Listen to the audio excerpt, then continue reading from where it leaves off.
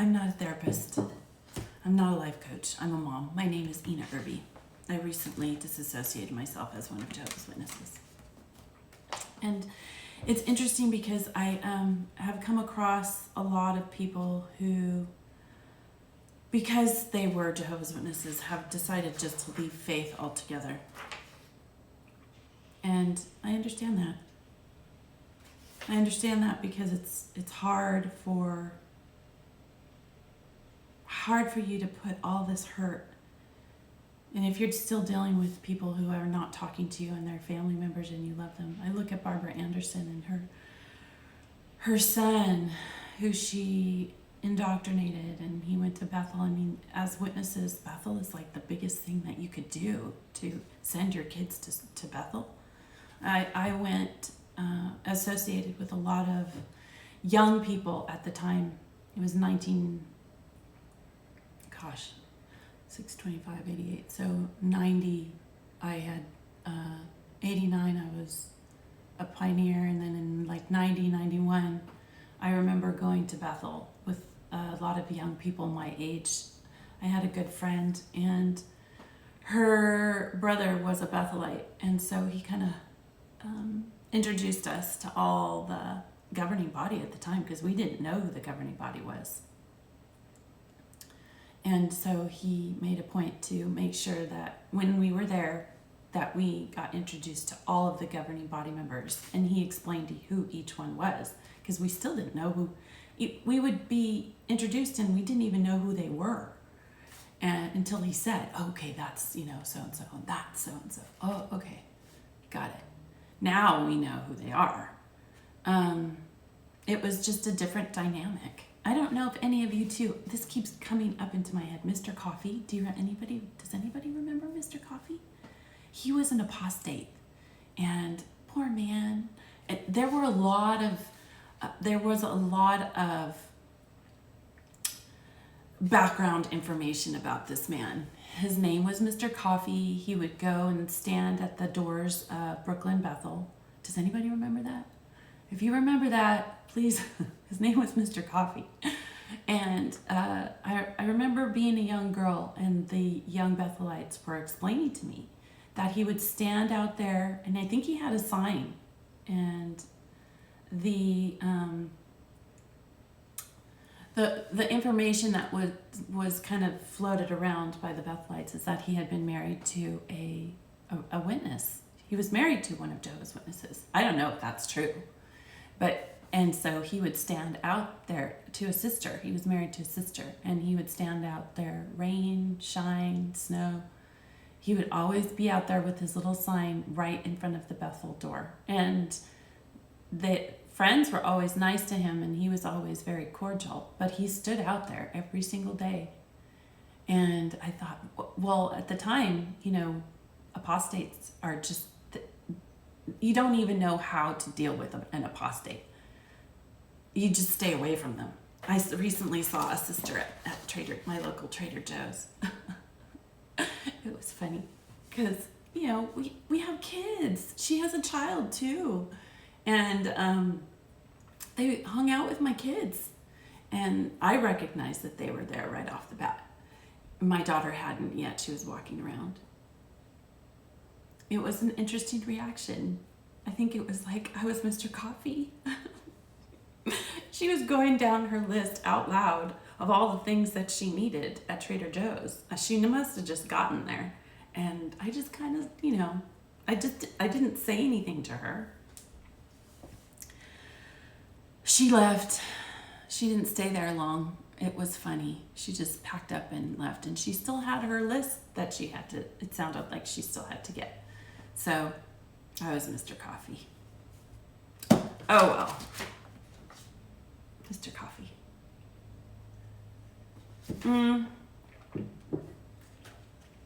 I wanted to read this to you because we had gone through this, right? Crisis of Conscience by Brother Raymond Franz. When I was there, I remember still in 90s, they spoke of him. Well, Raymond Franz was. It was always an undercurrent, a whisper. I didn't know. I really didn't know. I was young. I was like 19, 20, 18, 19, 20, around there. Okay, I'm going to read this. It says, the emotional damage done by religious disillusionment can be deep. In the book, The Subtle Power of Spiritual Abuse, David Johnson and Jeff Van Vonderven, sorry, it's early, describe the symptoms of a spiritual abuse victim as being identical to the symptoms of an incest victim. Now that really hit me because, and let me continue. The reason the symptoms are identical is that religious faith is at the very core of a person's being. There's a lot of us that don't understand why people leave and then just become atheist. After reading this, do you blame them? I don't. I don't blame them for leaving, not wanting anything to do with anything, any religion. Especially, well, for instance, Mr. Douglas. He was still he still believed in God. And what the atrocities that man saw on behalf of faith, on behalf that the Christian faith at the time, the Methodist Christian faith at the time, advocated slavery. And that still has never been, that is never ever, you can't, that kind of damage to human beings. I was listening to Dr. Gabor Mate, and he was explaining how he was talking to a spiritual advisor, and they had gone through Germany, and they said that all of them, there were certain people in the car that felt something when they left Germany. When I was back east, my husband and I would do a lot of bike riding, and I tell you, those forests,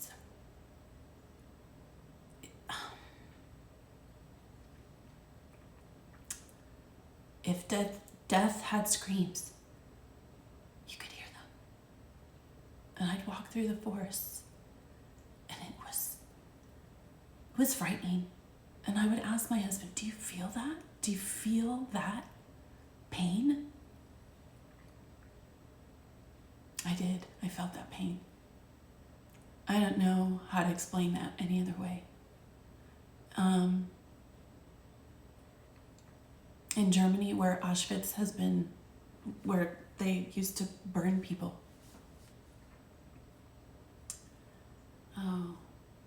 The area doesn't have birds. It's very quiet. There's a feeling there that is, when you visit, is profound. That feeling I feel back east when I walk into the woods. I feel that profound. I can't explain it to you. It's just amazing. It's a strange feeling. So there's been generations of abuse. You can't blame people for not wanting any sort of religion or God. And unfortunately, God is part of it. God is part of it. They don't want it, and you can't blame them. Identical to the symptoms of incest abuse, of an incest victim, because it's religious faith is the very core of a person's being. It is just as deep as family trust and expectations. That being the case, one can understand the hesitancy of thinking about another religious group, because disillusionment is emotionally felt. The tendency can be to let those emotions outweigh rational thought. But you can understand why, right? After an abuse victim has that happen by her father, to pick a man, it's just almost, it's so hard for them, to pick a good man, a man that won't abuse them in the future. Sisters that have dealt with that in the past with family members in the organization, they go to elders, and the elders allow it to happen again and again and again. And they don't take the sister or the child or the young girl out of a situation, how does that impact her life in the future to choose a good person that will keep her safe? The same with God, right? We go and we leave the organization and we begin to really consider that we've been lied to all these years. For me, it's, I lived 49 years, baptized. I was going to go on my 31st year. So, yeah, you are damaged. And I think as people, we have to understand that. We have to understand that damage and allow other human beings, if they don't want God and if they don't want any part of religion, you have to be a non-judgmental person. Stand back and say, I understand that. I detest it with all my being when I hear somebody say, you have to accept the Christ. You have to. And there's craziness in their eyes and you can see it on film. It's on camera. And I think, oh my. No, I don't think you have to. I think it's very understandable to anyone who's kind and loving and merciful to say, yeah, I understand why you don't believe in me. I understand why. Because the way I was given to you was abusive. And that's okay. I love you anyway. That's my personal opinion. I think we have a great, I am still very faithful in a king that is going to bring a kingdom here that will help people that have had these generational abuses. It's generational. Slavery. It's impacted the human race on my side of the earth in ways that unspeakable. Most people in prison, in men's prisons, are African American men. And they've been put there. And you can see that abuse has led generations of abuse, has led to people being put in places in their minds, in their bodies, that are terribly unfair. One, I think, of course, just 5 shades darker than me or 6 shades darker than me makes a difference. I saw it in the congregations. It's not fair. It's something that is not really talked about. But when I went back east, I noticed I was different. Here in California, not so much. I'm Mexican American. I'm Mexican. It used to be you're black, white, brown, and Chinese, yellow, right? That's how I grew up. That's how I grew up. We didn't say African American. It's politically incorrect to say black, right? But that's how I grew up. I grew up in the Saddleback Irvine congregation down in Santa Ana at the time. It was a little Pasadena hall. It was orange. And it had orange shag carpet. It had in the bathroom, it had in the women's bathroom, everything was orange and pink. It had the seating area was yellow and orange, hints of orange everywhere. It was the 70s. And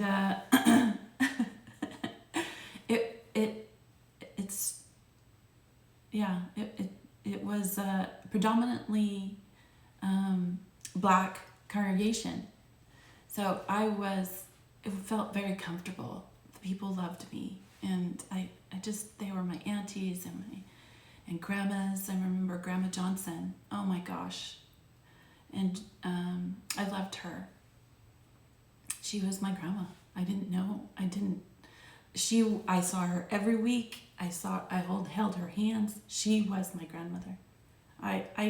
She was such an integral part in my growing up period. And when I started moving around, I thought everybody just had a integrated congregation. I had no idea. Just a few miles up, there was an all-white congregation. And it seemed like they didn't really come into the all-black congregation. They didn't really invest their time in that, which was odd to me, but it's fine. The tone of the congregation was different there in the all-white congregation versus in the congregation that I came from on Pasadena Street. It's not there anymore. The freeway took over, the state took over that portion of the land, and so the Kingdom Hall got torn down. So it was, the dynamic was different, is what I'm saying. And so I didn't realize, I felt so comfortable there. It was my, when they separated all of us and we went into more integrated, had more white than black, I felt very uncomfortable. It was hard for me to get used to that because the tone was just different. It was just different. I don't know how to explain it to you. So, yeah. And I'm Mexican, and we didn't go to the Spanish congregation because my mom didn't want me to learn Spanish. She didn't want me to take it with me and then end up having it be a crutch for me to learn get a better job. Unbeknownst to us now, we know that that is not the case.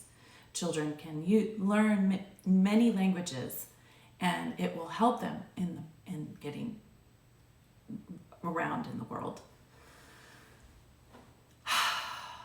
So I just wanted to share that with you because I am now Mr. Coffee. Enjoy your coffee this morning. I hope you had a good day. I hope you have a good day, and I hope you have a good week. Thank you for letting me share. Thank you for coming on my journey. It's okay if people leave and then not want God. And for those who, as witnesses, and for people I feel that want people to accept the Christ, I think they have to be very understanding of the fact that these people have been damaged over generations. It's going to take generations to heal. That's my thought. That's my opinion. It's going to take time to heal the earth and the people in it. Don't be judgmental. Just be merciful and kind and love them. Love them. Love what covers. Love covers a multitude of sins. And we have a loving King. So that's my thoughts. That's what helps me. That's what helps me with people who do not want any religion at all. No God. I don't blame them. All right. Thank you for listening to me. I hope this helps you on your healing journey. It's helping me. Thank you. Thank you for being on my journey. I appreciate it. If any of you ever heard of Mr. Coffee, let me know. It was down in Brooklyn. I never know what happened to him. I hope he found peace. Follow your bliss and be good humans.